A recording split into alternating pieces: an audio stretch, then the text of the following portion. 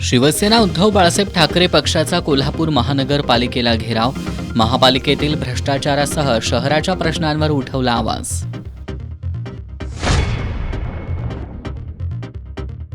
कोल्हापुरातील असंतोषाची मुंबईला झळ बसली. मुख्यमंत्र्यांनी महादेवी हत्तीणीच्या घरवापसीबाबतच्या पर्यायांवर चर्चा करण्यासाठी बोलावली बैठक.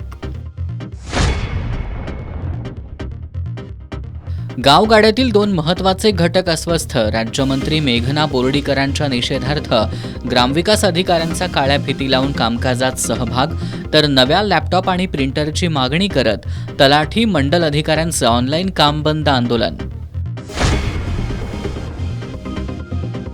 कोल्हापूर जिल्ह्यातील सर्व शासकीय कार्यालयांनी त्यांचं दैनंदिन कामकाज ई-ऑफिस प्रणालीवर आणावं. लोकशाही दिनात जिल्हाधिकारी अमोल येडगेंचे निर्देश.